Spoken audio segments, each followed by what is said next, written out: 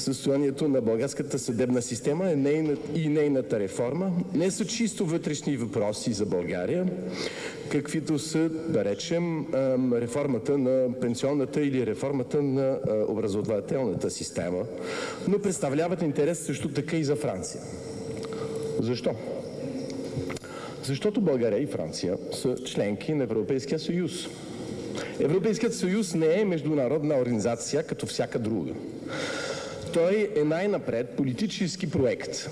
Проект, свързан с създаването на политическо обединение, което да обедини демокрациите на европейския континент, за да могат да бъдат посилни.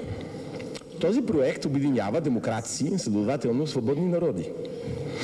Правовата държава е основополагаща за демократичен режим.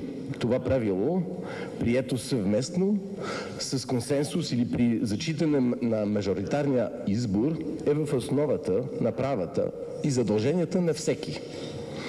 Условието една държава да бъде правова е законът да се прилага по отношение на всички и на всеки по един и същ начин. Всъщност, Европейският съюз предлага на членовете си свободно и обединено пространство посредством правото. Свободно пространство означава всеки да може да се движи свободно. Всичко, което се приема за законно в България, е законно и във Франция. И обратно. Стоките, капиталите, хората. За да съществува и за да бъде прието от всички такова пространство, е необходимо всяка една от държавите членки да може да увери всички останали, че престъпните или незаконни поведения, за които са отговорни гражданите на нейна територия, ще бъдат наказани.